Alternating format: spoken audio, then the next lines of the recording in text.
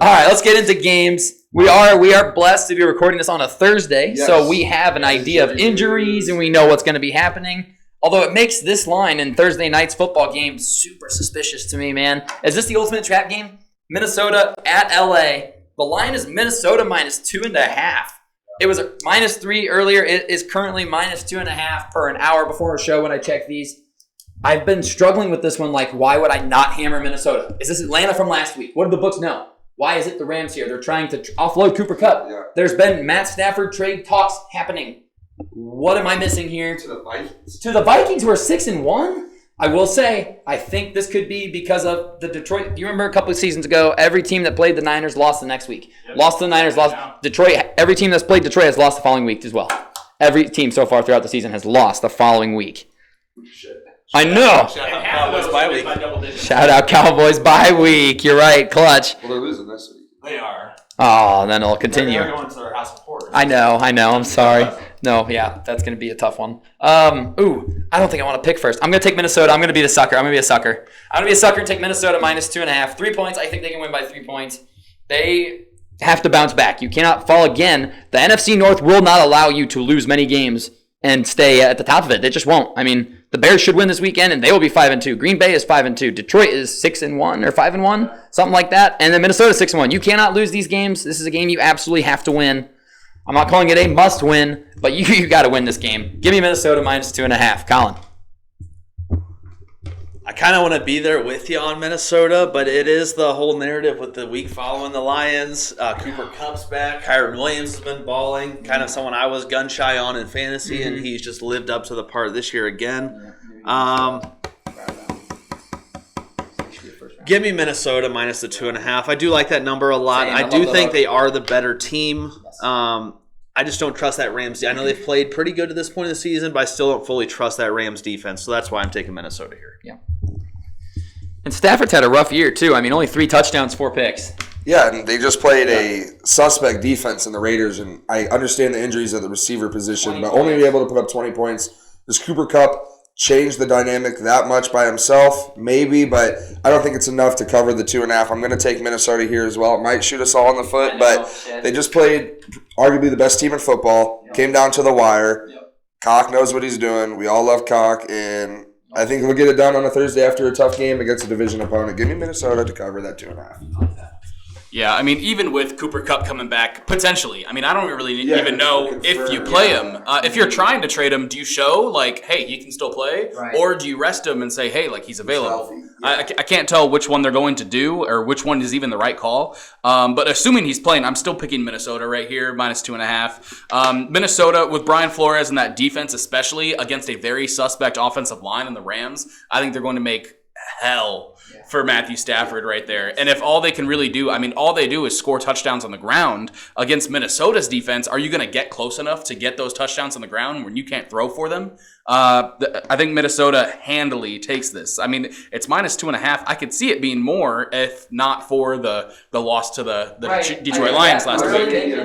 And I feel like are pushing it down with the bets. Yeah, I mean, last year when we had that stat with the 49ers and every team that plays them loses the next week, we didn't hear about that until later on in the season, like week 13. It's still pretty early in the season. Like anything could happen, but it was way more impressive last year because we weren't hearing about it until later in the season.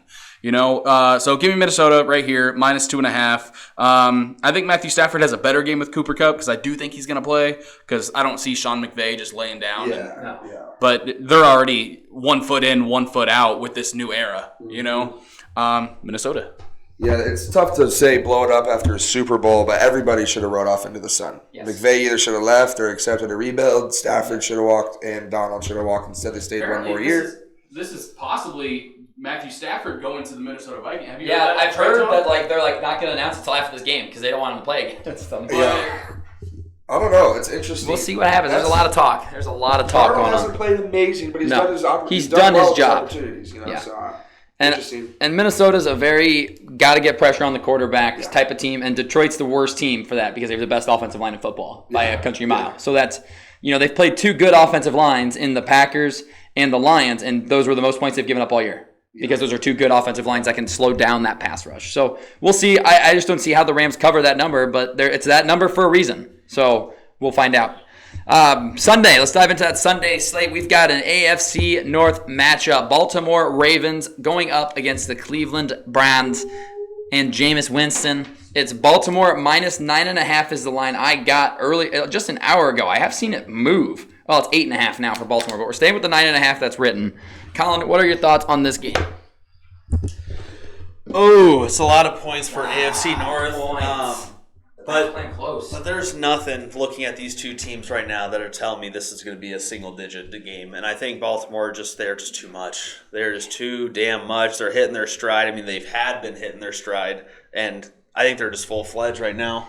So give me those Baltimore Ravens on the road to cover this 9.5. Big number. I'm going to sweat it out. Hope the back door is not left open for that backdoor cover. But give me the Ravens on the road. Okay. I hate this. I hate this so much. I hate it. But I'm taking the Browns plus 9.5 points. Only because it's Jameis Winston playing. If it's Deshaun Watson, this game's an ass kicking. I mean, 30-point victory easily. The Ravens' problem this year has been giving up points. They get scored on.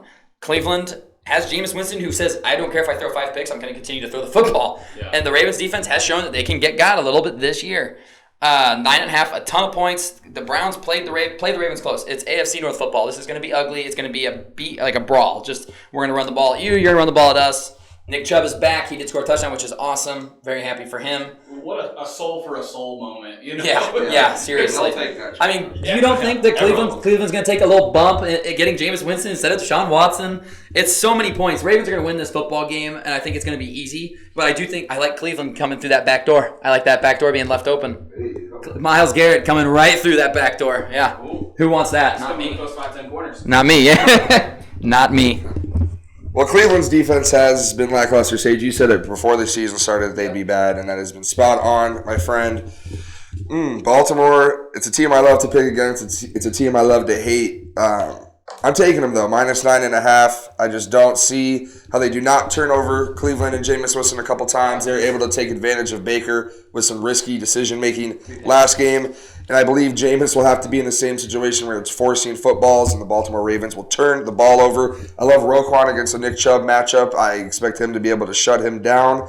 So take care of that. And then what does Cleveland got? It's J-Mo, but man, I don't know. I can see the team at the end of the day even quitting on the fans. There's going to be a rocky relationship there with the players calling out the fans for booing a terrible person and Watson and being happy that he's hurt. I get it's a weird dynamic with players, but we'll see if the players give that commitment, if there's extra boos. Who knows what's going on, but I think Baltimore hands them a big L here. 9.5, they cover that.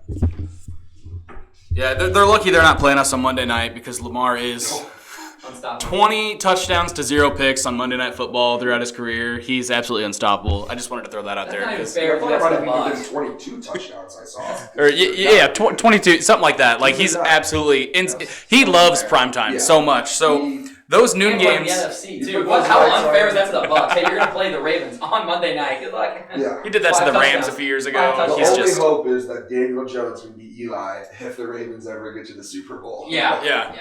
Yeah, basically that's what they need. Yeah. Daniel Jones is our one kryptonite. That's of course it is.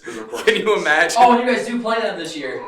Yeah. Yes. We haven't played him since we lost to him last time. Oh my god. If we lose to him, I think I might just. That's a fire John Harbaugh. Yeah, that's fire John Harbaugh. You can't beat the Giants. Get out of here. You lose to the Giants, you're gone.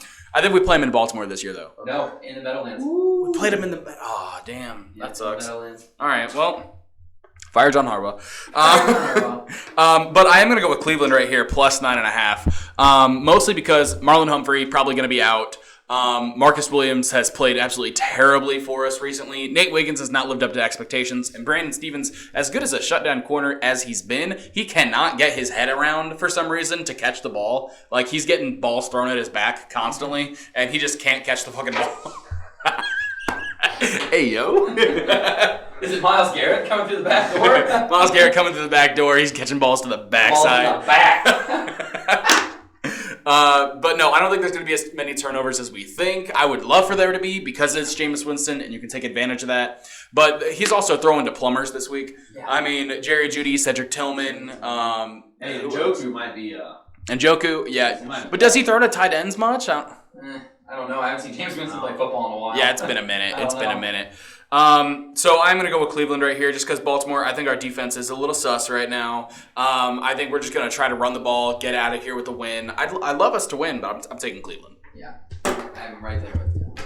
Is there a corner that drops more picks than Nate Wiggins? No. He has 5 drop picks this week. Oh, that's brutal. Also, on the flip side, is there anybody in the NFL that needs a Super Bowl more than Lamar Jackson? No, he's got. I think he's top of that list right now. He's got to get one. If he gets one, is he top 10 all time?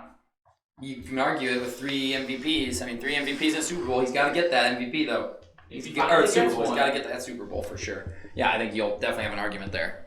Next up, we've got a likely stinker. Tennessee at Detroit. Line is Detroit minus 10.5, and it's moving in Detroit's favor even more as we speak. This should be an ass-kicking, right? This should be an absolute ass-kicking. Addison, I'm going to let you start us off. What are your thoughts here? Yeah, I'm going to take Detroit and the big points here. Them being at home does help a little bit, but I think this is just where Detroit potentially rattles off 5 or 6 in a row, and they take a dominant lead in the NFC. Jared Goff's got the boys playing great, and they're doing it for Hutch right now. Once they get that pass rusher, because they will acquire one, Nate, you touched on that, they will, because they must. And if they get that as well, it's just another piece. Detroit is the cream of the crop in the NFC, and they're going to show it against Tennessee this week, minus 10.5. Yeah, I'm going to roll with Detroit as well. I mean, if I know Dan Campbell, I know he loves to run up a score. Yeah. So I don't see – that's like one team where I don't see a backdoor cover happening. Yeah.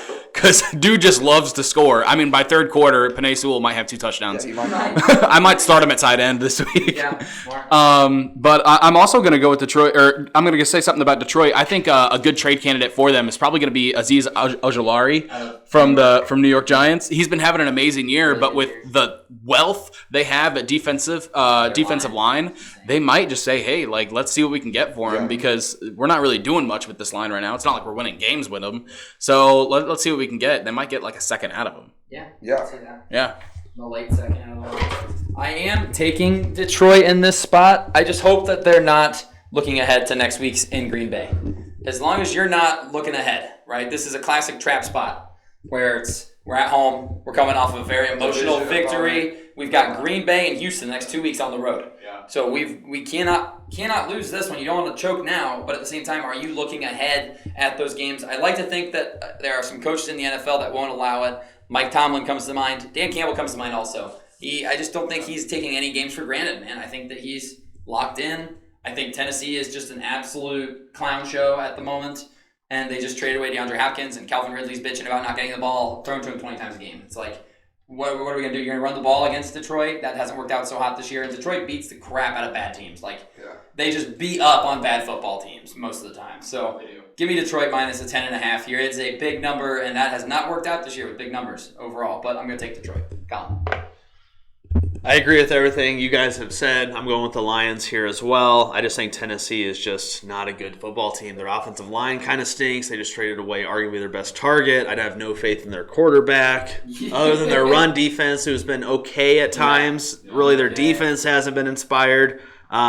There is one team I am rooting for the downfall of this year, and it is the Detroit Lions, because I do have a sour taste in my mouth. You guys are dicks. I will say nothing about injuries or wanting more potential injuries, because that's just not cool, so I'm not going to say anything about that. But if Detroit just went on a little losing skid, I would not have any sort of remorse or anything for them. But give me the Lions in this spot here. They've got some tough ones coming up, man. The Lions need this one because their schedule gets a lot harder in the coming weeks. I mean, they've got this one against the Titans, and they go to Green Bay, to Houston. They get the Jags. There's an easier one. They got to go to Indy, which is risky. They got Bears, Packers, Bills, Bears, Niners, Vikings. That's the rest of their schedule, man. It gets tough the rest of the way out. So you've got maybe 2 more teams on there where you're like, oh yeah, we're heavily favored here. Otherwise, it's like, well, we'll see what you got. So need this one for sure. Don't overlook this game. Next up, we've got the Arizona Cardinals traveling to Miami to take on the Dolphins in the return of Tua finally back on the field. Thank God Tyreek Hill was in tears at practice because he's like, oh my God, a deep ball that hit me in the hands. I cannot believe it. I'm going last. Addison, I'm swinging it over to you. The line is Miami minus 3.5. Well, you pretty much touched on the only point that matters, and that is Tua is back, and so Miami will have somewhat of a competent offense, hopefully. Better. First week back jitters, who knows? I don't think so. Miami minus 3.5. I've taken all the favorites so far. Love that for me. Favorites have been red hot. Yeah. Red hot. And Arizona, interesting. Their defense is bad. Kyler, you never know. He's a running quarterback that could create problems, but I just think Tua coming back will be such a big lift for the offense and it's going to be something that they've lacked for a couple weeks. So if they are rolling, they will continue rolling in this game and try to put up big points. So give me Miami minus 3.5. Yeah, I'm also going to roll with Miami right here. I mean, even when Tua was out, their run game was it was really, really good for what they had, you know? I love their run game. I think Achane is great. I love what they're doing there. Obviously, Tua's going to be throwing those deep bombs. Waddle and Tyreek Hill are going to get more than 25 yards combined. Yeah. But Arizona on the other side, So hard to watch. Yeah, terrible. Arizona has been like in some gritty games this year. James Conner, I think, is the most underrated back in the entire league. He's extremely good, but they're not utilizing their players as well as they should be. I mean, we all thought Trey McBride was going to be absolutely phenomenal this year. He's been good, but he hasn't been what we've expected. You know, Kyler Murray's throwing the ball. You expect more from Kyler Murray. Marvin Harrison Jr., he's leading. He's up there near the top of the league with a 28% target share. But he's leading the NFL in not drop passes, but uncatchable passes. Yeah. I mean, everything that he's getting is sailing right over his head. I mean, if they can't get the ball to their playmakers, which is James Conner, Trey McBride, and Marvin Harrison Jr., they can't do anything. And I don't see it happening against Miami. So give me Miami minus 3.5. I'll swing it over to you, boss. Thoughts? The one unit that's been inspired for Miami the last few weeks definitely has been their defense. Been kind of more impressed than anything with their defense. Just because when you think of Miami, you think of that high-flying, fast, a lot of speed on the offensive side. You don't think about their defense.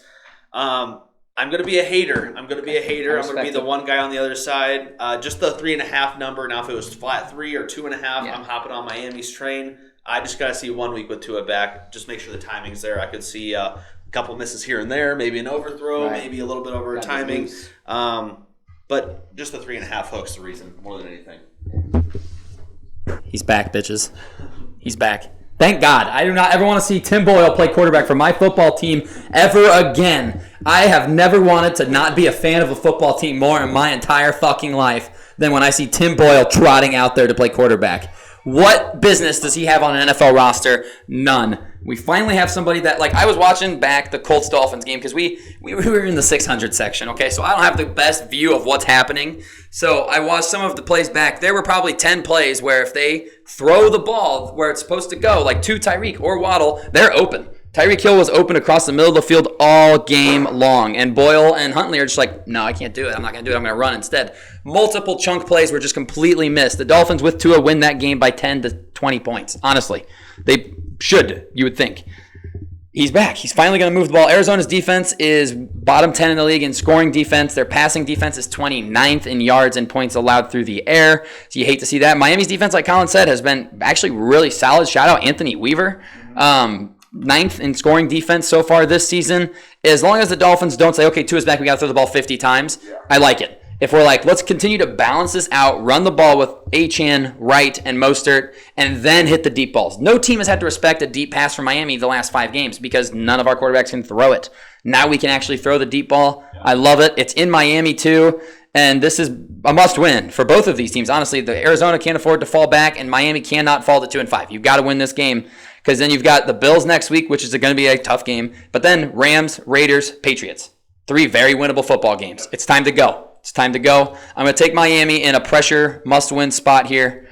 And I've been fading them, and that's been solid. I'm not going to fade them anymore. I can't do it. Not with Tua back on the field, baby. Let's go. Need to go 4-1. Maybe 5-0? Yep. Yeah, at Buffalo, who knows? Need to win. Start going. Next up, we've got an AFC East matchup. The New York Jets traveling to New England to take on the Patriots. The line is Jets -7. I'm going to go to our resident Jets fan, Addison, here. See what his thoughts are on this football game. I was just thinking to myself how I'm riding with this team to the death of me. And I love Aaron Rodgers, and they're going to figure it out. Todd Downing, the play calling was better, at least a little bit.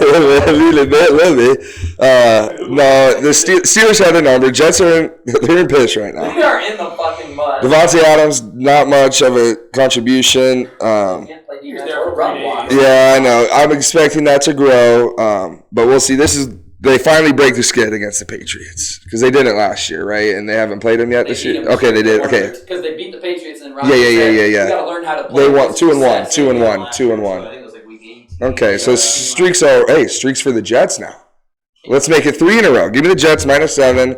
I think this is a game where they're licking their chops because New England's defense is really bad. It's soft, according to their coach. Gerard Mayo is apparently going to get fired after this game, supposedly, if they lose this, is the talk around town. So, yeah, one season in. They've been waiting for him for like 3 years. Yeah, I know. But it's all true, and but that's why I'm leaning Jets, and I'm sure they're going to lose outright. But give me the Jets -7. They win by 14. Adams 2 touchdowns. Okay, I like it. Sage.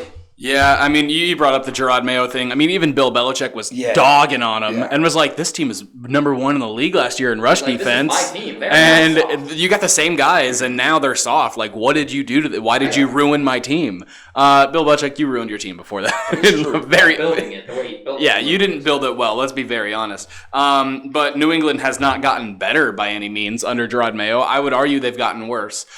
Their one bright spot has been Drake May. Yeah. Drake May has been surprisingly fun to watch.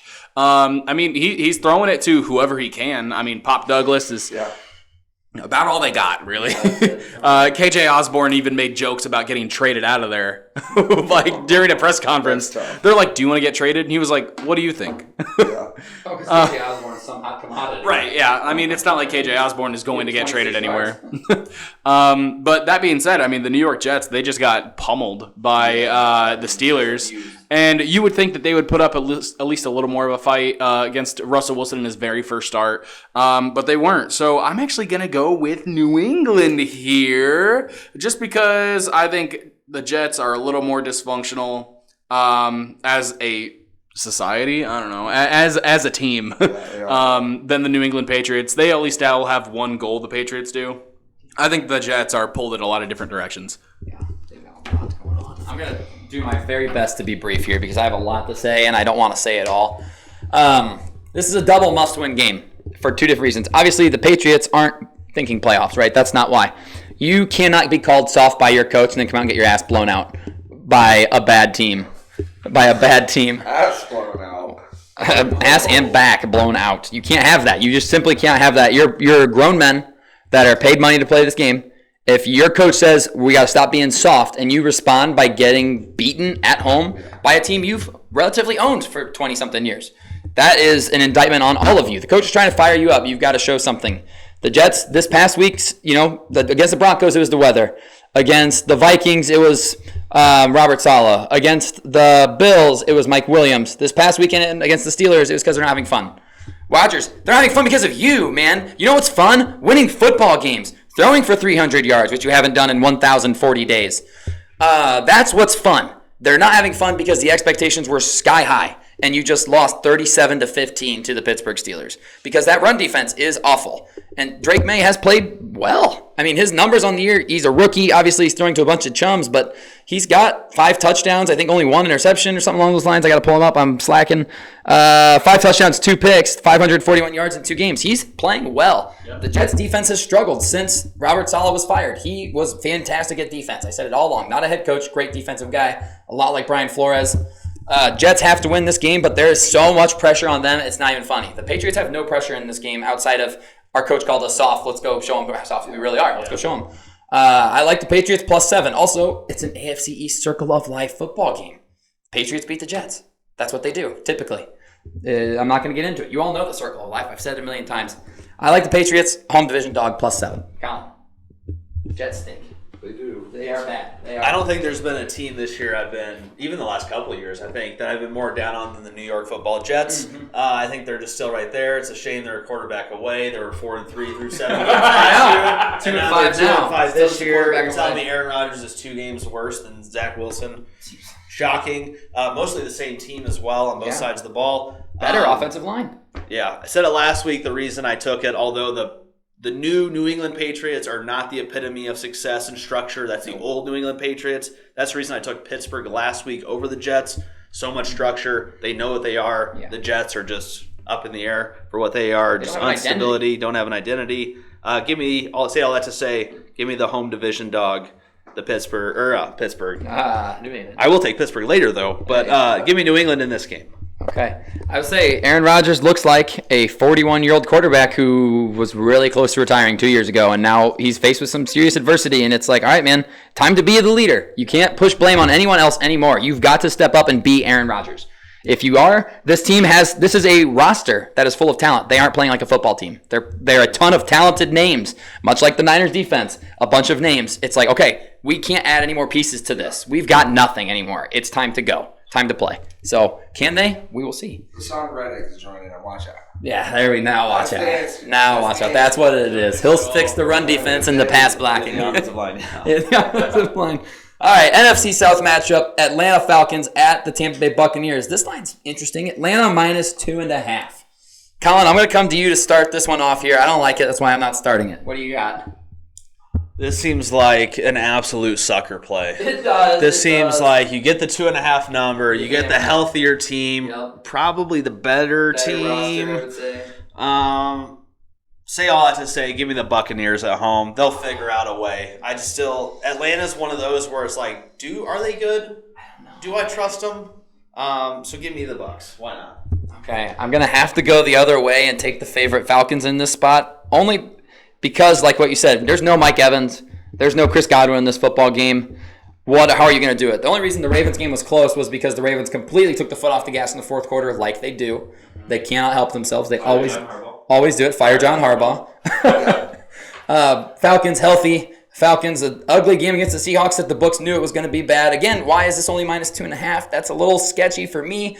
Falcons beat them earlier, and they were at full strength. It was a fantastic game. I mean, Kirk Cousins lit that defense on fire. Why not again? So give me Atlanta -2.5 here. Addison. Well, I will say this: the receiver injuries in Tampa Bay is obviously a massive issue, but their running game, it's used a lot and it's utilized a lot. It's a big part of the offense, and they've got two good backs, and Rashad White and Bucky Irvin both run hard.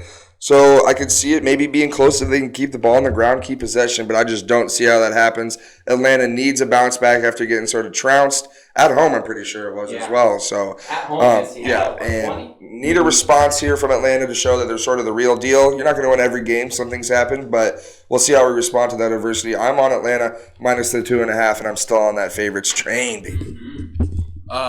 Atlanta sucked last week, They did. so they're going to be great this week. Yeah. That's how that works, right? Yeah, that's how that I will say Tampa Bay has the pieces to have a good offense still. Jalen McMillan actually does look good when he gets the ball. Trey Palmer looks like a competent receiver, and K. Dotton is a top 10 tight end in this league, right? Yeah. They have a double-head monster with running back. I think if they played a similar type offense as the Ravens currently do, they could have a very good offense still. That does hinge on Baker Mayfield, who has stretches of being a really good quarterback, but he also has stretches of really, really bad quarterback play. How much is he relying on Mike Evans and Chris Godwin? Obviously, a lot. You're going to get your players. You're going to get the ball to their best players, but is he going to be able to distribute it enough for Atlanta to not know what they're doing? No. I'm going to go with Atlanta right here. I think Atlanta does take care of business in this huge divisional matchup. This is going to mean so much down the stretch because these are the two teams that are fighting for this division. I mean, the Saints aren't doing anything, and the Panthers are the Panthers. Yeah, worst team. Give me Atlanta right here. You still want to trade Bijan for Malik? No, he's picked it up. He heard the trade talk. He did. He heard what Addison was saying. Speaking of K. Dotton real quick, that fourth quarter, I feel like every other play he was just getting lit the fuck up. And even when he didn't catch the ball, Just getting smoked. Still lighting him up. Huge hits. I'm like, is this He took one of the best catches, I think, of the year with his fingertips, almost going out of bounds. It was Trust the drop. Trust the drop. I will say Bucs season might be on the line here because next 2 weeks are Chiefs and 49ers. Seriously, week 12 is when Evans will return. Oof, this is a tough time to miss both of your receivers, man. On IR because they have a bye week. Yeah, they got week 11 bye. Man, losing Godwin sucks. Almost 600 yards and What a shame. 5 touchdowns. He was so good for them. Real bummer. Next up, we've got Chicago Bears, the Bears, going to Washington to take on the Washington Commanders. Left hand up. Who are we? The Commanders. Bullshit team. Washington might be. Washington might be. Assistant quarterback. Yeah. I don't know if he should have rookie of the year. Mariota thinks so. Yeah, Mayor, all of a sudden system. I'll start us on this one. I absolutely love the Bears in this spot. -2.5. So you look at these teams fully healthy. Let's just say they're fully healthy, even though they're not. Let's just say they are. Washington has one good side of the ball, and it's their offense. Awful defense. Bears look really amazing defensively, and their offense is starting to click a little bit. Washington's defense, I don't know how they're going to match up with these receivers. Last year, DJ Moore dominated Emmanuel Forbes. And who was the number 2 receiver to cover in that team last year? Darnell Mooney, who hasn't been good until this year. Now you've got to worry about Keenan Allen. You got to worry about Cole Kmet. You got to worry about Romo Dunze. You got to worry about DeAndre Swift, who's picking it up. I have placed an unhealthy wager on the Bears' money line this week. I fucking love the Bears in this spot, man. I'm not giving out my mortal lock yet. I'm so sorry. I mean, I am so confident in this spot, especially without Jaden Daniels. This has to be a Bears win. Bears cannot lose this game if Jaden Daniels doesn't play. If it's Marcus Mariota, you got to win this game. Bears are looking at 7-2. They could be. Looking at 7-2. And we could still be pretty low in that division. Yeah, could still be in 4th. That's wild. Also, my outrageous take for the week, I'm stealing Addison's segment for a minute, is Bears win this game and they go out and they get one of Myles Garrett or Max Crosby next week. That's what's going to happen because the Bears are going to win this game and be like, we are right here. We need an elite pass rusher. Myles Garrett, Max Crosby are both on dog shit teams. One of them will be a Chicago Bear if the Bears win this game. If they lose this game, maybe they're like, nah, not yet. Calm. That is outrageous. I like that take, though, because I do think both of those guys could very well be traded. 1-6 and 2-5 for the Raiders. I agree with mostly everything you said. The only thing I'll add on top of it as well, Chicago coming off the bye week. You got to hope the coaching implements the game plan, both offensively and defensively. Waldron, let's get those 15 out. Let's go. I think the Bears do roll, although I do think Washington with Mariota could be interesting. But give me those Bears minus the 2.5. Love that number always. Same. That's a great number. Sage, we're swinging it to you. Also, I forgot to mention this game is flexed. Yeah. So we're talking about it with the noon games. It is at 3 p.m. Yeah. No, I absolutely agree with what you guys are saying about Chicago. I mean, they have a great all-around roster. I will say we're dogging on Washington's defense. It has picked it up recently. Dan Quinn's got the boys playing. Dan Quinn, and he even said he wanted this job, which no one really wanted this job. We didn't know what Jaden Daniels was going to be before he took this, and they looked like a dumpster fire. But no, he's turned it around. It's been amazing. Marcus Mariota put up 40 last week against the Panthers. Obviously, it's the Panthers, but it's still a backup quarterback you're playing with. I mean, Terry McLaurin is finally looking like the number 1 receiver we all knew he could be. Brian Robinson is kind of a workhorse that's coming back this week. But Chicago, I mean, Caleb Williams is starting to play like that number 1 pick. They have a wealth of weapons happening, and I think they're in the mix right now to possibly trade for another defensive guy to just hammer it home. I do think Mike Sanistril gets a pick this week against Caleb Williams. I'm super excited. I love him as a player. I think he's amazing. But give me Chicago, minus 2.5 right here against the Washington Commanders, going into Washington and taking care of business. Yeah, I mean, Caesar Sportsbook opened up this when Jaden Daniels was healthy, and Bears were even favorited by 1.5 when he was there. And I don't even want to say Daniels completely ruled out yet. Hasn't practiced yet this week. If he doesn't practice today, I'd say it's cooked that he's playing. And we'll see. Mariota, they don't game plan for you. You come in. And it's the who knows? Panthers. The Panthers are bad. Yeah, trust me. When Caleb Williams put up numbers, I heard it's just the Panthers. But yeah, we've all talked about it. The Chicago Bears defense is legitimate. Jalen Johnson will be following. If not, whenever he's on the side with Terry McLaurin, I expect that to be shut down because Jalen Johnson is a shutdown corner, and I love to see the growth from him. The addition to the defensive side that we've all said that would be absolutely amazing. I'm taking the Bears here, minus 2.5. I can't lie. I get why Washington has the love. Their offense has been explosive, but I sort of think this is a little disrespectful to the Bears. Haven't allowed over 21 in 11 straight games. We're talking great defensive stretches. The Chicago Bears defense has proven that. Give me the Bears here, minus 2.5. De'Aaron Payne being out is gigantic. DeAndre Swift will be able to use the middle of the offensive line because if Payne was there, Coleman Shelton would be cooked. Jonathan Allen? I'm actually not sure about that. I know he hurt his pec 2 weeks back. I wish. I hope so. So because they might have 2 huge defensive line issues. Because the middle of our offensive line has played better as of late, but it's a big struggle. Not having Payne is going to be big for Coleman Shelton's matchup. But give me the Bears here, minus 2.5.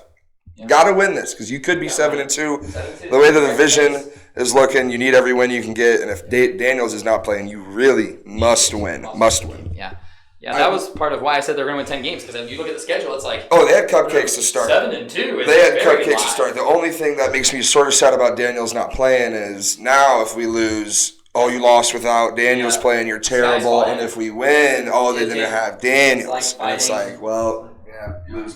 Yeah, no matter what. The Bears 500 or above?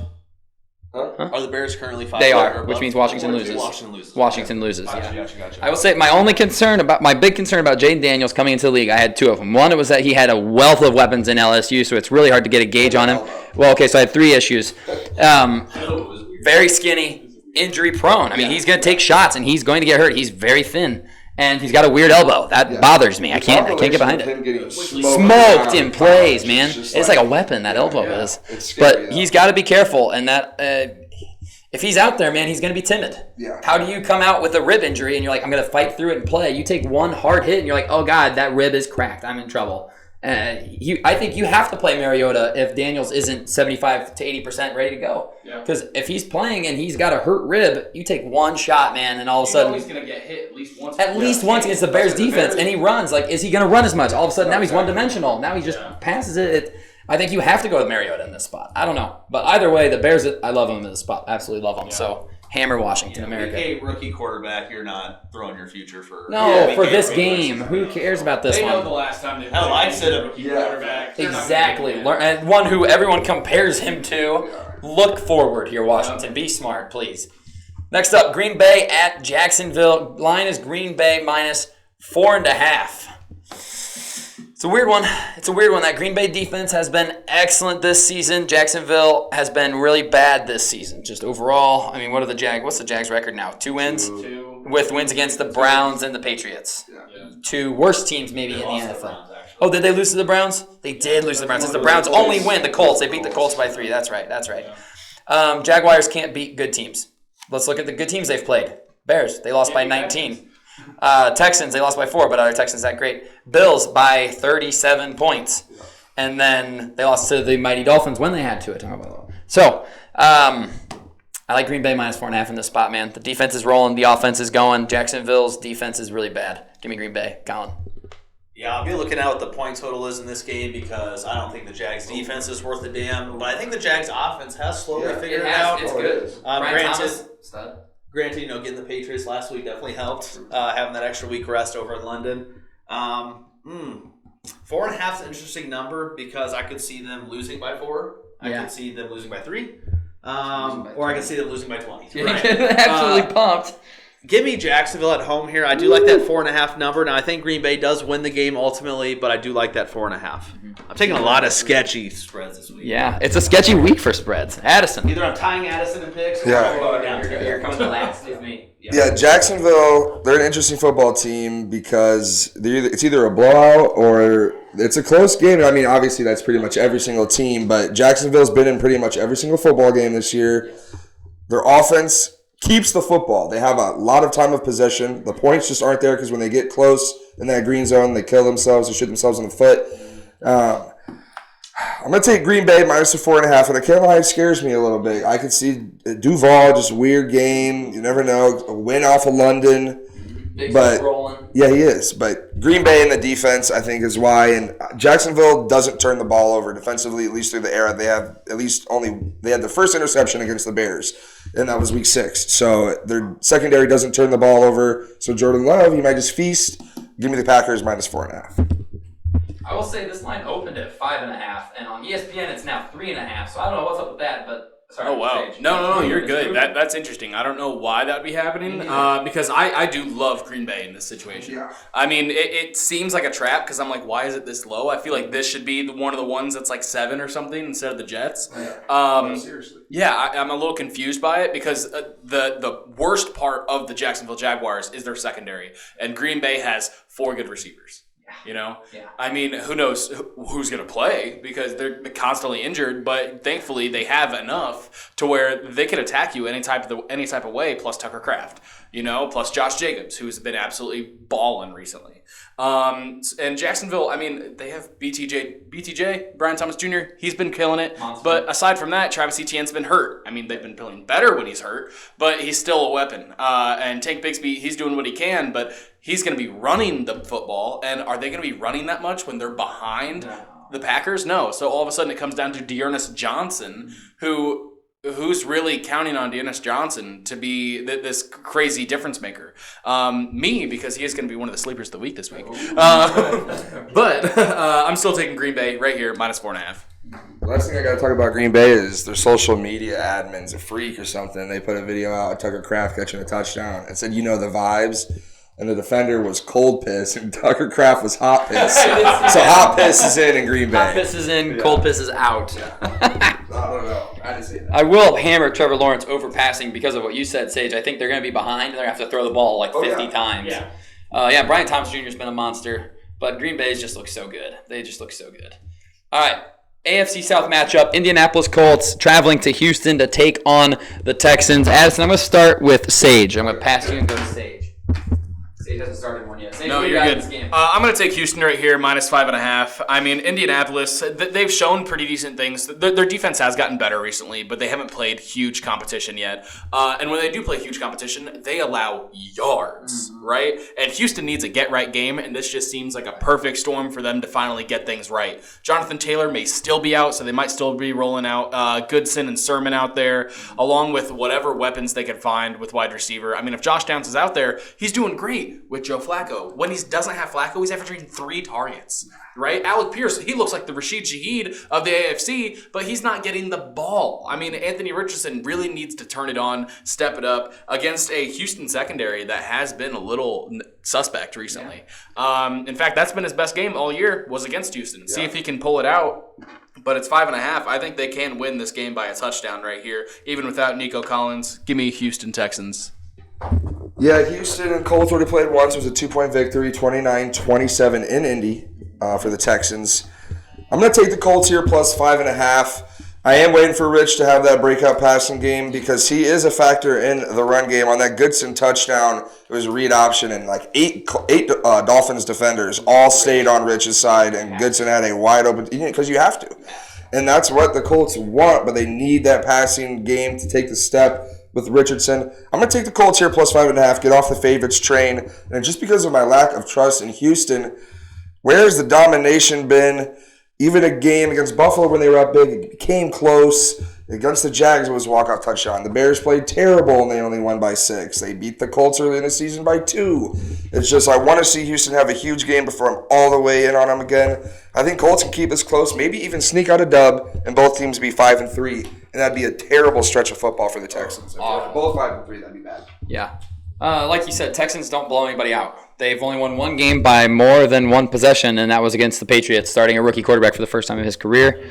So they don't win by more than a handful of points. I mean, they've won by 4. They won by 6. They won by 2, 3. I mean, it's always close. Indy plays them close. If Indy can control the clock a little bit, hold on to the ball some. C.J. Stroud without Nico Collins, man, that's a little dicey. And DeForest Buckner is practicing. Taylor also practicing. Who knows? But we'll Buckner see. and Taylor both at practice. Okay. So yeah, I'm gonna take the division dog here and take the Colts plus the 5.5 points.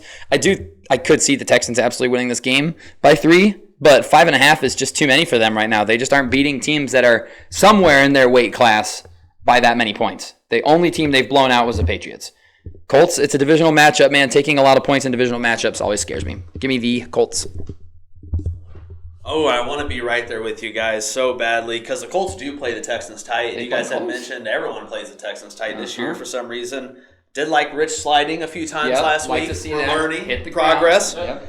You know, there is another down to be played. Yep, there's more football, bud. But give me Houston here minus the 5.5, and it's going to bite me in the ass when Indy wins outright on Sunday. Yeah. I'm expecting it. But they have to in one of these games, right? I mean, the Patriots don't count. Yeah, Drake May's first game. They have to have a dominant performance. So give me Houston minus the 5.5. Okay. Even without Nico, they still have 2 very, very good weapons. Yes, I mean, come on. And Joe Mixon's been awesome. And Dalton Schultz. And Dalton Schultz, it's like, what are we doing? should not be getting a 0.0 my flex. No, that's insane. That is Maybe CJ Stroud played pretty decent football for like 13 weeks and then great football for 4 weeks, and everyone's like, he's great. Jordan Love. Sounds a lot like Trevor Lawrence. And Jordan Love. And Jordan Love, maybe. But it's like, man, when people actually have a lot of film on you and tape and they can say, okay, he struggles against this look, he struggles against this, if we bring this kind of pressure, teams are going to adjust to you and what you do bad.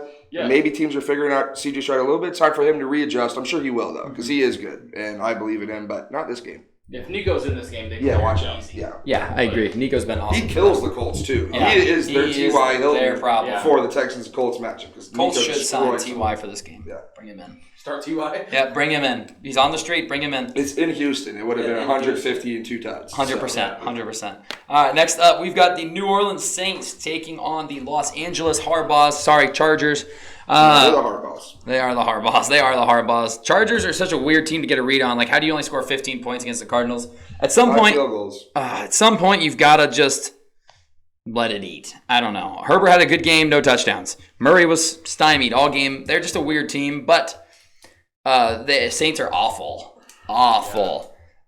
Who's playing receiver? Is Olave going this week? Sheed's out. Those 2 weeks for the Super Bowl. Their first 2 weeks, Addison was dead on, spot on. Enjoy that hope. Have fun right now, Saints fans, because it's all coming crashing down.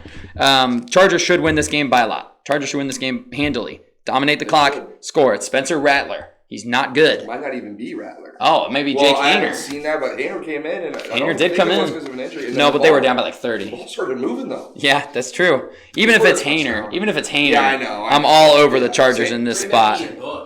Shit, something. I mean, Ian Book. Taysom Hill might be back this week, though. Okay. Oh, that's big. Okay, that's big. We'll see. I'm not going to let it change me. I'm going to stay with the Chargers minus 7.5 here. Colin, I'm swinging it to you. We're trying to make the changes picks, baby. I know. Get Nate to change his picks. I'm not changing anything. I'll do it. I'll be short and quick. You give me the Chargers at home minus the 7.5. Just the better coach team, the better team overall. Home team, although it doesn't matter in LA. But they have something to prove this week. Their defense has still been excellent, given their offensive struggles last week. Addison. Yeah, I'm on the Harbaughs as well. Just love that guy, and he's a football guy. He'll be out there till the death of him. Literally. And he said, yeah, only an aneurysm will keep me away or something. I'm like, hey, respect that. But give me the Chargers here minus 7.5. Saints are just in dysfunction right now. Need Derek Carr back horrendously because maybe he can right the ship a little bit. Alvin Kamara, great start, bust. Chris Olave is going to be demanding a trade very soon. I mean, he's getting like 3 targets a game even when Carr was healthy. But give me the Chargers here minus 7.5. I mean, we got Derek Carr in the studio right now. Yeah, we do. Shit. Oh. One guy, man, that guy's blind. Buddy, you are blind as a bat. I was at a cross-country meet. This guy's like, has anyone ever told you look just like Derek Carr? I was like, am I wearing fucking eyeliner or something? Absolutely not. Oh, that's awesome. That's awesome. People tell me I look like JD Vance. I see it. I see it. No, I'm going to roll with the Harbaughs as well over here. New Orleans last week when they played the Broncos absolutely got demolished on the ground. And what do the Chargers do best? Run the damn pill. All right? That's all they're going to be doing. I think J.K. Dobbins is going to have probably one of his best games of the year this year. He started with 2 130 games, and I think he's going to get back on track right now. Count him down for a touchdown right here. That's why I'm playing him in fantasy. Love that guy to death. I will give him both my ACLs. But aside from that, I mean, the New Orleans, they've just been absolutely demolished by injury. They're also terrible against the run, so that bodes well for them as well. But no, they're demolished by injury. Rashid Shaheed's been out. Chris Olave's been out with a concussion. I mean, Alvin Kamara, he's playing with a broken hand apparently. And not even mentioning that Derek Carr's been out. Yeah. So all those things just really point me just more and more in favor of the LA Chargers. Yeah, it's Chargers. Yeah. Good. Next up, we've got another kind of fishy line here. I don't know. It's interesting. Buffalo at Seattle. Line's Buffalo only minus 3 points. Buffalo making all of our power rankings, all of our top 6 teams, looking real solid, especially with the addition of Amari Cooper. Seattle is one of those teams I feel like they just match the talent of their opponent. They're like, all right, these guys are good. We're going to play them good. These guys are bad. We're going to play like shit and maybe get a win if we're lucky. I mean, Seattle just went into Atlanta and absolutely dominated the Falcons in every facet of the game, won by 20 points, after losing at home back-to-back weeks to the New York Giants and the San Francisco 49ers. I mean, who are the Seattle Seahawks? I don't know. But I do know the Buffalo Bills, who they are, and that's Josh Allen. That's all you need. Second best quarterback in the NFL, and maybe it's close. Him and Lamar, I think, are fighting for the second best quarterback in the NFL title. I think there's no. I don't care what Patrick Mahomes' numbers are. Best quarterback. I don't care. He has 8 interceptions, 6 picks. Don't care. For the first 3 quarters, give me Lamar. Yeah. Fourth quarter. I mean, Mahomes does have the best statistics in the fourth quarter this season, but that's besides the point. I'm gonna take Buffalo minus the 3 here. I don't understand this line. Again, I don't understand this line. I don't think Seattle's in the same weight class as Buffalo. So I'm going to go with them. Probably missing DK. Yeah, DK's probably out. Yeah, very interesting line indeed. Amari Cooper, immediate impact, even though with the lack of knowledge of the offense, just shows that he'll probably have even more of an impact once he grasps the plays and the routes he needs to run. Seattle, it was a close game until the defensive touchdown, fumble return for 64 yards, really blew it open. Atlanta couldn't get going back after that. I'm going to go Buffalo minus the 3 here. I disrespected Seattle last week. I'm going to do it again, even though they're at home. I don't believe in it week to week, the consistency there, especially if DK's out. They do have a dynamic offense, but will Geno play mistake-free football? We'll see. I just like Buffalo and what they're doing right now. I'm going to go Bills minus 3, and they're going to lose outright. Yeah, I'm going to roll with you, Addison, and go with Buffalo right here. I mean, it really comes down to who I think the better team is. I mean, because I don't think Seattle has that good of a team. I think they're kind of a sheep in wolf's clothing right now. They're acting like they're a good team, but all in all, like they're just not getting it done. Geno Smith is leading the league in passing yards, but it doesn't feel like that by any means. Kenneth Walker doesn't feel like he's having a great year, even though he is having a decent year. The vibes are just off. And on Buffalo's side, I mean, they haven't been taking care of business with like really good teams, but when they play a mediocre team, when they play a bad team, they kill them. Mm-hmm. And that just seems like that's what it's going to be yet again in Seattle. And Buffalo's going to have, like, they're going to force feed Amari Cooper the ball till he gets a grasp on it. And Keon Coleman's emerging. Dalton Kincaid is having a good year. I mean, I think they're kind of stacked. They're kind of stacked. Even going along with their running game. I mean, Ray Davis is having a good year. That rookie, yeah. So I think they have a 1A and 1B running back. Give me Buffalo right here, minus 3. Yeah, Seahawks had an opportunity to really get a lead in the division, and they're only up 1 game, 4-3. A loss to the G-Men, I feel like, really hurts them. Yeah. Who's going to win that division? I don't know. I don't know. It's interesting. Hopefully not. Probably going to win it at like 8-9. Yeah, I mean, 8 wins probably wins that division right now, the way it looks and the way the 49ers look. Yeah, it's crazy. No, what is it, 13? Yeah, right. Don't worry, the Niners are back on track after this week. But in this game, though, Buffalo Bills, I do love them minus the 3. No one circles the wagons like the Buffalo Bills. I'm the big Bills. Addison's the Jets guy. Nate's the Dolphins guy. I'm the Bills guy. Sage's the Patriots Sage guy. has to be the Patriots guy. What's that? Big Patriots guy. Big Patriots guy. Thanks to great. I hate the Patriots.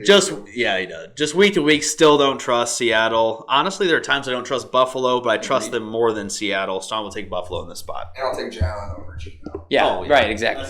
Every day of the week. Yeah, that's... All right, next up, we got the game that was flexed to noon over the Denver game for some stupid-ass reason, man. Terrible flex.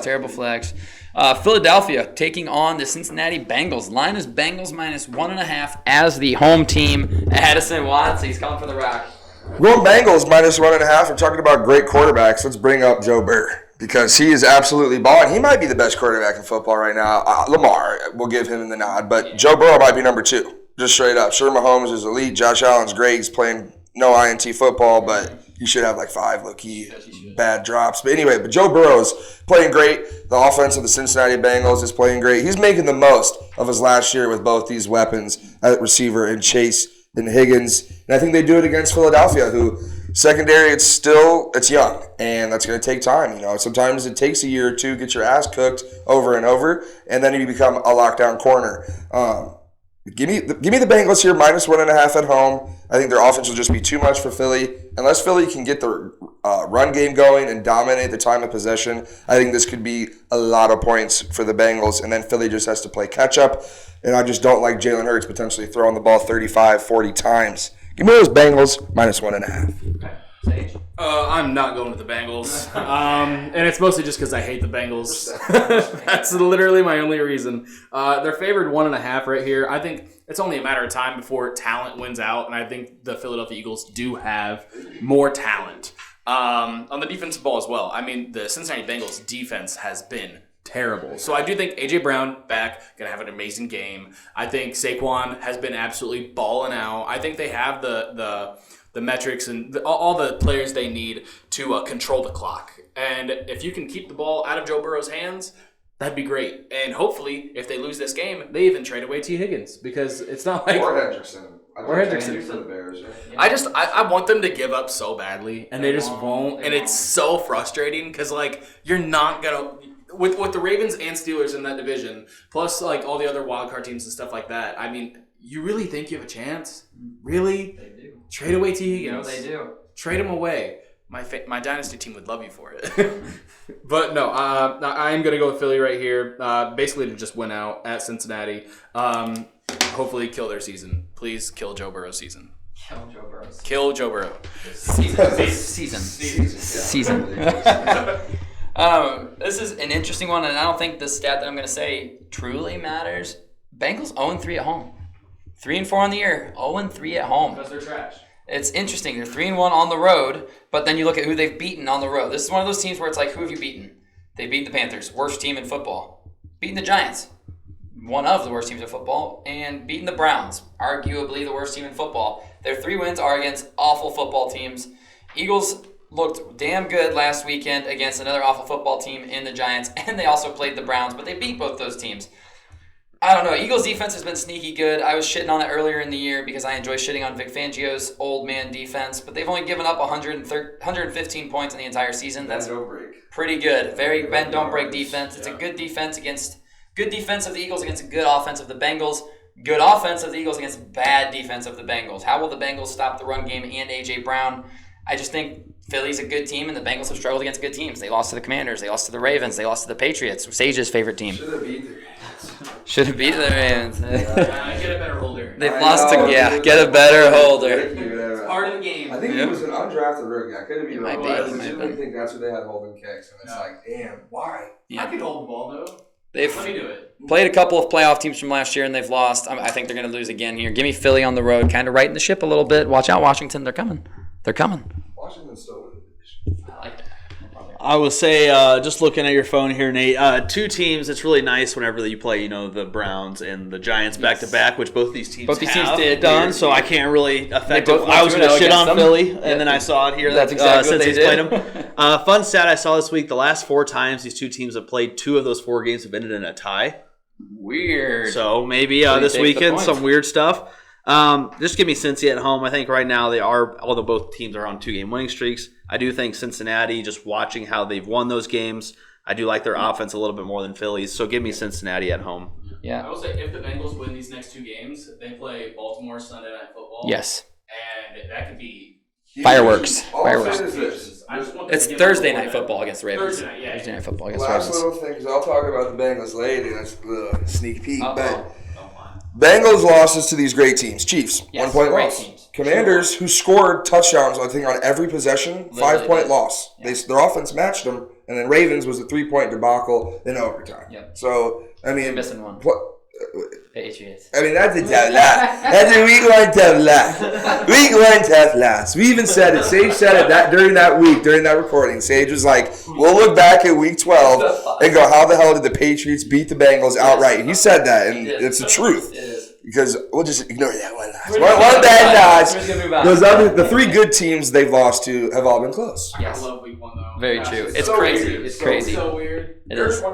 Bears won without scoring a touchdown, and so did the Steelers. Yeah, that doesn't happen. Steelers in week 1. That is wild. Yeah. Next up, we've got a real just dumper of a football game. I mean, this one's actually disgusting. That's I'm so all. excited for this game. That's awful. You guys enjoy pain. Sage, you want to go first? Yeah, I do want to start. Tell me all about this football game. I'm so excited for this game because Bo Nix is starting to change me, man. Oh, God. Starting to change me. And playing against the worst team in football, he's just going to gain more confidence. I think he's going to have an absolutely amazing game. I mean, if you look at all the games he's played this year, he's had 3 games with over 45 yards. 2 of those 3 games he's had a rushing touchdown. 45 yards? Rushing. I was going to say, wait a He's a minute. monster with the legs. He is a monster with the legs, right? He's vanilla Vic. Yes, Yeah. legit vanilla Vic right here, and he had all those years in college to get his legs in order. Yeah. I love it. But Carolina probably playing with Bryce Young yet again against probably the best defense in the entire league. I mean, Damn close. the Denver Broncos have been unstoppable on defense. And I think they're just going to hammer it home. Javonte Williams, Jaleel McLaughlin, Troy Franklin's probably going to get in the mix right here. I mean, I think this is going to be a game where we find out who the Broncos are. They have a winning record right now. They're technically in the playoff picture right now. I mean, as much as we hate Bo Nix, dude is winning. He's like a better Tebow this year. I mean, I know it's gross, but I love that it's gross. I love what they're doing. Sean Payton is winning with this team, and it's so stupid. Very stupid. But yeah, I think Bo Nix and the Denver Broncos cover -9.5 against the Bryce Young-led Carolina Panthers. Okay. Hopefully Jonathan Brooks plays this game, though. I'm also very excited to see that. Same. That will be fun to watch. yeah, Denver. And one thing Denver is actually not that bad at is putting up big points. They've scored 30 multiple times this year, high 20s a couple other times. Bo Nix, 75 rushing yards last week. I mean, he is a threat. I bet on his over. Yeah. It was like 25. Yeah, Easy I slammed. for the He over. is a threat with his legs. He takes off if he doesn't see anything, and that's fine because it's positive yards. That all being said, I'm taking Bryce Young. Ew. Carolina. Ew. Those 9.5. They're winning outright. They're winning outright. Right? They're winning outright, but I'm taking the 9.5 though. No. Yeah, give me Bryce Young. Say, hey, guess what? I'm the number 1 pick, baby, last year. Is Surtain back? Probably, and he's getting a pick 6. But guess what? Bryce Young's still gonna have 300 yards, 4 touchdowns, 1 pick. give me the Panthers. It's not the outrageous take segment. No, it is not. No, it is not. This is the fact segment. It looks positive as of yesterday for Surtain to play. Yeah, I did Carolina plus the 9.5. It's a slow start for Denver in this one. They end up winning, but Carolina covers. Bryce Young doesn't look terrible. Yeah. Sickening as it is for me to take Denver Broncos, I've got to take the Broncos here because the Panthers are hot dog shit everywhere. Everywhere across the field. They can't stop anybody. They made Marcus Mariota look elite. They make everybody they play look elite. I mean, every team has put up 40, 38, 36, 34, 22 of the Raiders, 26 for the Chargers who can't score, and the Saints put up 47. They can't stop anybody. How about me changing my They can't stop anybody. They can't stop a team. And then you tell me, okay, Panthers, they just got to keep it within 10. Can they? Can they score? I don't know if they can score points. They scored 7 points against Commanders. They don't score points, and that was with Andy Dalton playing for most of the football game, who is demonstrably better than Bryce Young. Bryce Young, I mean, he is only playing because Dalton got in a car crash. Yeah. They think Dalton gives them a better chance to compete and win football games, and they're forced to play Bryce Young. He's forced to play now. It's got to be Denver minus 9.5. It's going to be Denver by about 25 points. In my opinion, give me Denver. That's what the public's been hot though. Yeah. I know. Public's been hot. Hey, the books, they need their get back. That's true. I was gonna say this could be a big week for the books. Hopefully not, because I'm on all favorites. I was gonna say you're all over the favorites. We're gonna have 3 rookie quarterbacks in the playoffs this year. Good. We might. Yeah. Bo Nix, Caleb, and Jaden. Bo Nix will be going to Baltimore week 1 of the playoffs. And not Against gonna Again, slaughtered. Tebow touchdown. Tebow touchdown to beat the Ravens in the playoffs. And John Harbaugh fired. Yes. My dreams come true. Dreams come true. There's one thing Denver's very good at, and that is beating the shit out of bad football teams, which Carolina absolutely is. Carolina puts up 7 points against Washington, which we're not clamoring has a good defense. We are clamoring Denver has a good defense, so I don't see Carolina scoring anything this week. Give me those Broncos minus the 9.5. Bryce Young, legacy. He needs it. Hey, I was calling for him to start again this year. He needs it. Go. I don't care the circumstances. Yeah, neither. Yeah, come on. All right. Next up, we've got an AFC West matchup. Kansas City Chiefs traveling to Vegas to take on the Raiders. Man, the Raiders are also hot dog shit. I mean, just bad everywhere you look. Speaking of, do you see hot dog shit? Who they just, well, no. Oh, okay. Speaking of hot dog shit, do you see who the Raiders just brought in? No, who'd they bring? The Cardinals practice Yeah, squad. Desmond Ritter. Oh, man. I He's will back. say his interview he had at his locker was pretty good. He started crying because he was see like that. talking about his daughter, and it's like, so he's got people rooting for him. Well, his daughter's like 16 because he is in his mid to late 40s. He's old as shit. Waiting for inheritance. Right, I know. I mean, he started collecting Social Security. The Chiefs don't cover big spreads. They just don't do it. Except they did. I mean, against the Niners, it wasn't a big spread, but they beat the Niners by 10 in San Francisco. This is kind of revenge for the Chiefs here because their last time they got beaten, was the Raiders on Christmas Day last year. That was the Chiefs' last loss. So are you going to lose back-to-back games to the Las Vegas Raiders? No. They're going to win. They're going to win this game, but can they cover 10? The question is, can Vegas score 18? Kansas City is going to score 28. Kansas City is going to score 28 points. I have no question in my mind about that. Can the Raiders, with whoever's playing quarterback, because O'Connell's hurt and Minshew looks awful, and they don't have Devontae Adams anymore, can they score 18 points? I don't think they can against the Chiefs. I'm going to take the Chiefs in a big spread, which never, ever works. It never works. Yeah. I'm going to be quick. Kansas City obviously wins. Give me those Raiders to cover the spread. Once again, just don't. 9.5's a lot. Now, I've taken some other teams. Do I trust Denver with 9.5 more than I trust Kansas City with 9.5? Hell no. But they just don't cover these big spreads. Raiders play them tight. Give me those Raiders to cover. Yeah, to cover. Yeah, this is the Kansas City Chiefs-Broncos game from last year where the Chiefs lost outright. You know, it was a high spread and the Chiefs lost the game. Which, how does this happen? But I don't care. I'm taking the Chiefs minus the 9.5 and yet another favorite.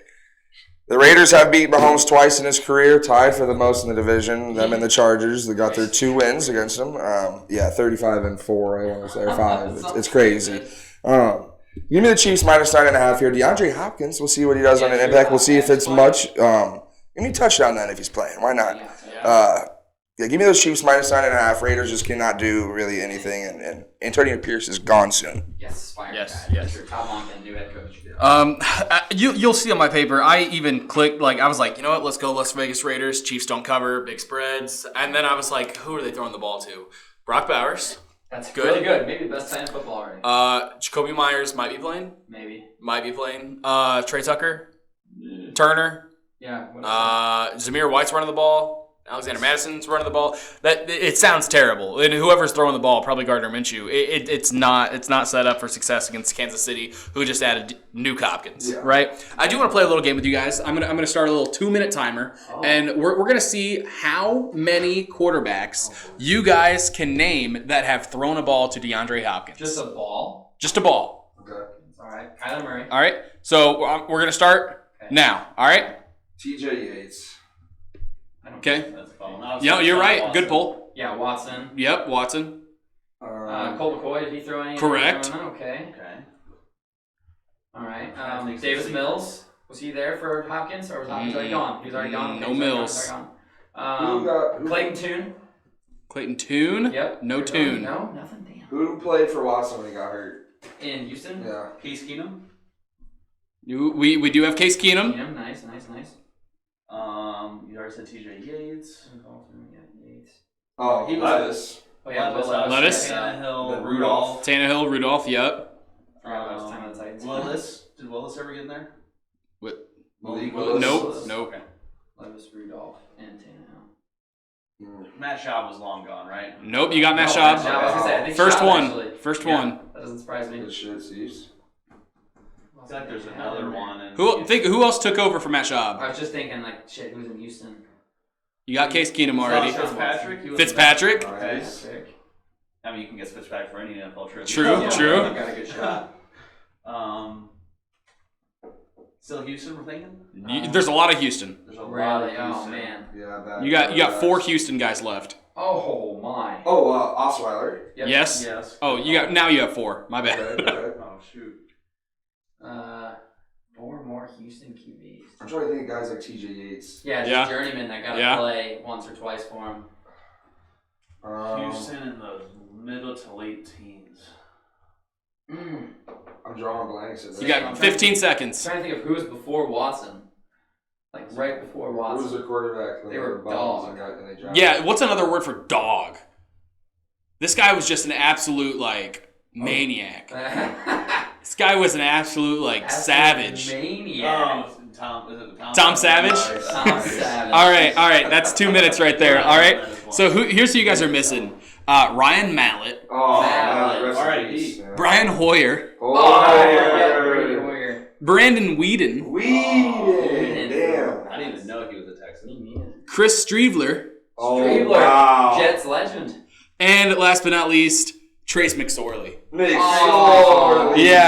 Yeah, he's been through it, and he's finally at 12 Patrick of the Mahomes. 17. Not bad. Yeah, all that to get to Pat. Yeah, all that gets Mahomes. And he deserves it. Yeah, he does. Granted, he is 32 years old now. Yes. Which does not bode well for him. But hey, he's finally got his chance at a ring. And I think he's gonna be impactful. if he wins a ring, he's the only Chiefs player I'll be happy for. Yeah. Unless he does some bullshit ass throwing the football at Justin Tucker during the playoffs, and then I'll fight him myself. But I'll lose, but I'll fight him. Fight him anyways. Bite a kneecap. So then, are you on the Chiefs in this? I am on the Chiefs right here. I think their defense is just so dominant. This might be a goose egg for Las Vegas. They might not score. I could very easily see that, and if that's the case, I don't see Chiefs not putting up 10 points. Right. Give me Kansas City. I mean, the Raiders have only lost to bad football teams. Panthers and Ravens. It's the only teams they've lost. Beaten. No, they beat. I'm sorry. They beat the Ravens and they lost to the Panthers. That's what it was. They've only beat bad teams. They beat Andy Dalton first game in Panthers, which is not the same. What are the Raiders? What's the Raiders' record? I'm lost now. I've lost myself. They have 2 wins. Browns. They just own the AFC North. Barely Browns. Yeah. They just own the AFC North. They beat the Ravens, beat the Browns, lost everyone else. The Steelers, though. Yeah. Oh, they did? Oh, they did. Bad. You're right. Bad. Never mind. I'm lost. I will say I do think Hopkins is going to be a little extra motivated. Like, hey, I finally have a guy. Like, they're going to count on me. I'm going to go. Like, he wasn't anything in Tennessee because I don't think he really gave a shit. Yeah. And the quarterback play was terrible. Like, now it's like, okay, it's my time. Yeah, most yards he's had this year is 73 yards and a touchdown. Yep. But aside from that, I mean, he hasn't crossed 100 yet. He has one other touchdown besides that, and I think he had like 30 yards that game. Yeah, and you can bet right now if you were able to bet on him to score a touchdown because the last 2 Super Bowls the Chiefs had brought in a receiver, Kadarius Toney, touchdown in the Super Bowl. McCole Hardman last year, touchdown in the Super Bowl. DeAndre Hopkins, touchdown in the Super Bowl. Book it. The signs. Also, we spent a lot of time on this game, but last thing I will say, Raiders are dicks about covering spreads. They are. Last second. They are. Last week, 7 or 7.5 for the Rams. 7.5. We're down 8 with 2:50 left. Let's take the 3. Let's take the 20. Let's take the 27-yarder, which means the ball was what on the 10? Yeah. Down 8. It's like what was the week before? Browns. Stefanski. It's like let's cover. Let's not worry about actually winning. Well, they needed 3 at least. That's true. They at least needed 3 to cover, or just to like give themselves a touchdown game. Antonio Pierce. But yeah, they were literally. I mean, if you're down by 8, Browns were down 8. Were they down 8? The field goal because they lost by 5. Right. Oh, that's dumb. Yeah, no, they're down 8. They got to cover. That's dumb. They're on the 8-yard line, down 1 score. This was a 27-yard field goal for them too, with 2.5 minutes to go. How do you not throw it to the end zone? Yeah, that's nonsense. That's right. Why would you rather lose by 5? Still lost. Because even if you get this field goal, right, you go out and you hit this field goal, and now you're down by 5 points. You still need the onside kick, and you still need a touchdown. Yeah, exactly. You need a touchdown no matter what you do. You need a touchdown. Yeah. That's idiotic, man. That might cost him his job. Sunday Night Football. Dallas Cowboys going up against San Francisco 49ers. Belt to ass game, Colin's calling for. He's got to go last on it. -4.5 for San Francisco in this spot. And Colin, I hate to do it. I really do. Got to take San Francisco in this spot. Absolutely have to. They are in a must-win. This is a must-win for both teams. Cowboys have to have it. A win for them, and they're what, 4-3? 4-3. 4-3 was a win here. New season. And then you got a game and a half up on the Niners. That'd be huge. Niners coming off of an ugly game. No Ayuk, done for the year. Deebo Samuel's been hospitalized with pneumonia. Christian McCaffrey, what is happening with his Achilles? I mean, he went to Germany and hurt his other Achilles tendon. That's crazy. But San Francisco is just one of those teams for the Cowboys. San Francisco 49ers and the Green Bay Packers. They just own the Cowboys. It just is what it is. It's got to be the Niners -4.5 here in this spot for me. I don't love it because of Dallas extra rest, but do I trust Mike McCarthy with a bye? Do I trust him to take that time and really just lock it in? I don't know. Give me the Niners. Addison. And just up until maybe 3 seconds ago, I was picking the San Francisco 49ers, and there was no chance that I was going to pick the Dallas Cowboys because I feel like I always pick the Cowboys. I back them, and they let me down big time. Welcome to the club. Yeah, I feel bad though because that's just picks, man. A true fan, and that's got to kill. But I'm on the Cowboys here, -4.5, and you pretty much said it because it's a must win. At the end of the day, San Francisco, sure, they look decent as of late, but they're not what they were, and they can get got. They've gotten got by some bad teams. That Rams loss looks worse and worse as the weeks go by. Dallas coming off the bye will be big. As much as Jerry says Mike McCarthy isn't coaching for his job, he might not be midseason. He's coaching for his job at the end of the year, and that's just the facts. Sorry. Give me the Cowboys +4.5. Somehow, some way, Dak gets it done against a defense that has some names. So give me the Cowboys +4.5, and I'll probably be the only one. Yeah, you're going to be the only one. There's no way I take the Cowboys right here. I mean, it's so ugly. I think the only reason it's -4.5 is because Ayuk is out. Debo has pneumonia right now. And George Kittle's playing a little banged up. But they still have Juwan Jennings. Ricky Pearsall doesn't look bad in his very first game. He came back before McCaffrey did. Yeah, exactly. Crazy. Literally shot in the chest. This dude is a dog. Even Cowing, I think, is going to have a decent game against Dallas, who can't stop a nosebleed. I mean, how do you go against San Francisco right here? Jordan Mason's going to put up 100 yards. Easy on the ground right now, and they're going to ride that out the entire second half to a, 17-point victory against the Cowboys. The Niners just have their number. They just have her number. Purdy's looking a little dicey.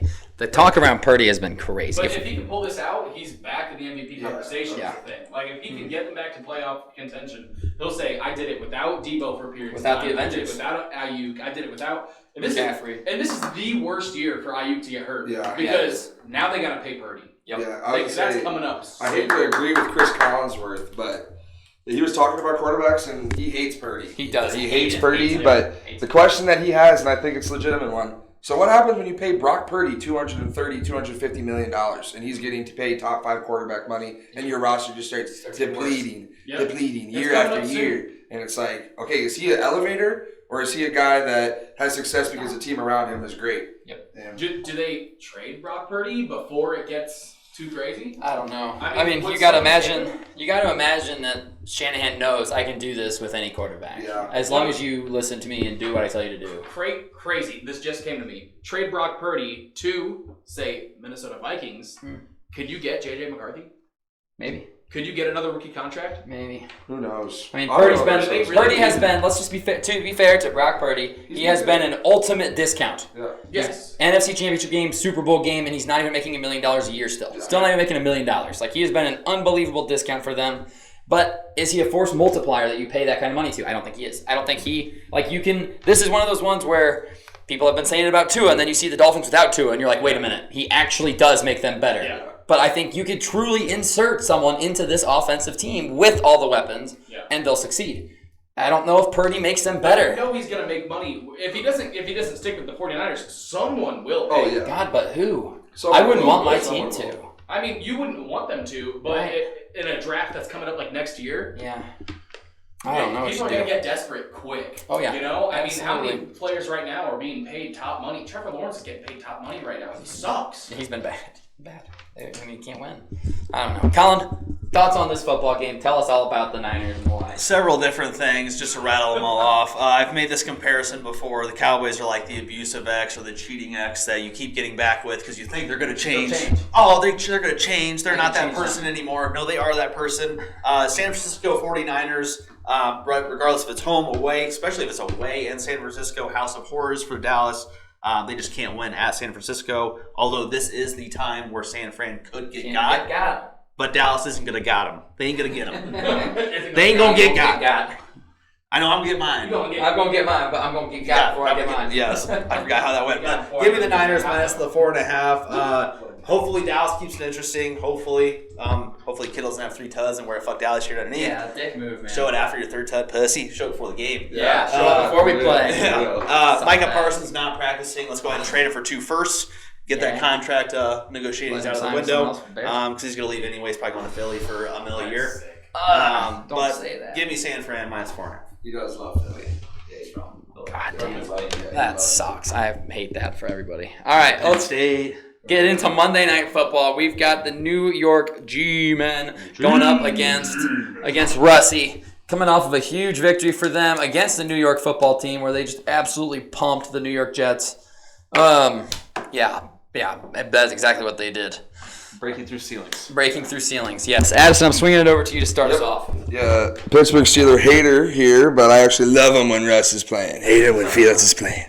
No, I mean, Mike Tomlin talked about it at the press conference when he got questioned about the quarterback change. We're making this change to potentially see if Russ can make us great. Well, they looked great against the Jets, and if they can continue and Russ can continue playing that way, a run game with a great defense and a quarterback that is opportunistic and makes the most of his opportunities, who knows? Give me Pittsburgh minus 6.5 here.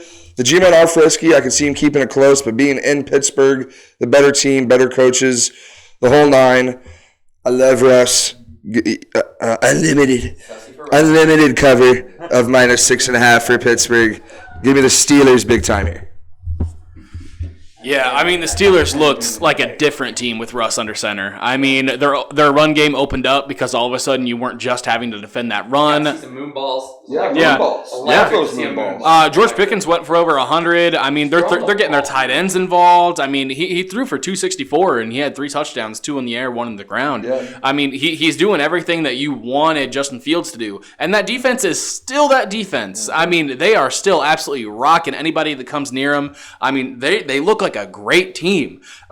Give me the Giants plus 6.5 right there. I love it. Just because, why the fuck not? I mean, Daniel Jones, who knows what version you get, but hopefully Malik Neighbors makes enough plays to get them to cover. And I hate the Steelers so much. Yeah. I say it doesn't. Is there multiple versions of Daniel Jones? The only one I know is really bad at football. I know. Give me the Daniel Jones playing the Ravens. He has been all right. Let me see his numbers here. 1,400 yards, 6 touchdowns, 4 picks, plus whatever rushing. Not bad. He's got more touchdowns than Mahomes. No, they both have 6. Oh, he's got the same. Yeah, but rushing, I don't know Jones and Mahomes rushing. Less picks, 4 less picks, half the picks. Yeah. I absolutely cannot take the Giants in this spot. I will say the thing that concerns me about this game is Dexter Lawrence. If he wrecks the Steelers' running game up the middle and locks it down, because he has 9 sacks on the year from the defensive tackle position, looks like the best defensive tackle in football at the moment. He looks awesome.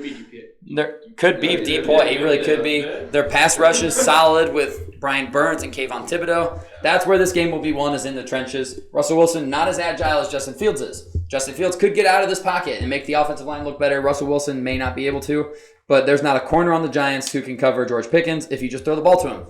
Why has he not been getting more jump balls? 50-50 balls are more like 60-40 balls. Just could go here. Brock Purdy could play here. Seattle's where Brock Purdy's going. Ooh, that'd be crazy. But I love the defense of the Steelers. They have been playing fantastic. They absolutely just clamped up Rodgers with all of their weapons. Devontae Adams, Garrett Wilson, Breece Hall, all of them, and they couldn't do anything against them. Now you're going up against the Giants, who have one weapon in Malik Neighbors. Tyrone Tracy has been. He's been okay. Let's not get ahead of ourselves. Okay, he's been better. Yeah, he's projected 10 points on fantasy. That's pretty good. He's not get bad. 17. Yeah. Either way, it's Pittsburgh minus 6.5. Very good for them to get that win and dominate after the slow start, too. Yeah. They started horrendous. Bad. And they still were able to bounce back. Rodgers kind of threw, like that pick he threw, kind of got him into it. And I will say, on the Jets, I try not to talk about him too much.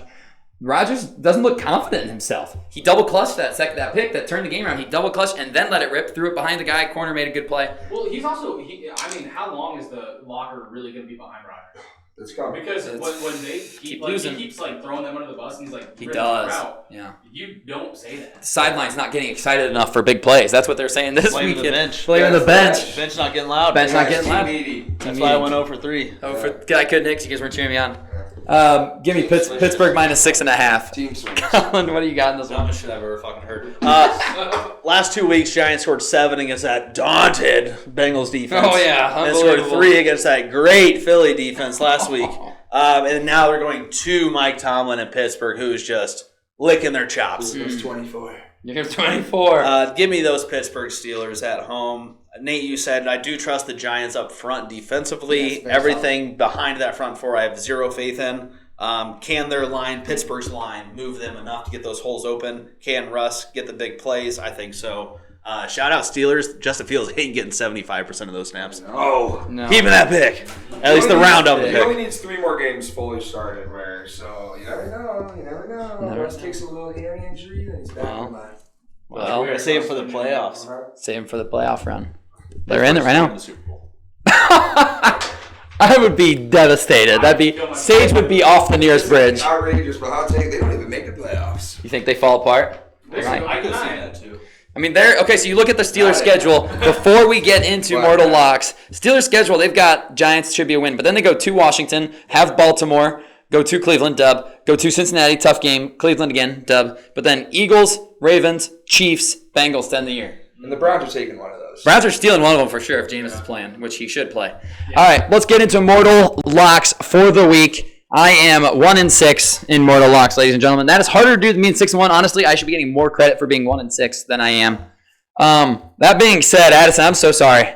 It's the Bears minus 2.5 for my Mortal Lock of the week, man. Marcus Mariota came in last week. Yeah, sure, he looked fantastic against the Carolina Panthers, who have maybe 2 guys on defense that should be playing NFL starting football. There's going to be some tape on them. The Bears have a bye week to have watched everything and seen everything and to continue to work. Bears minus 2.5. This has to be belt to ass. It has to be. Colin, Mortal Lock.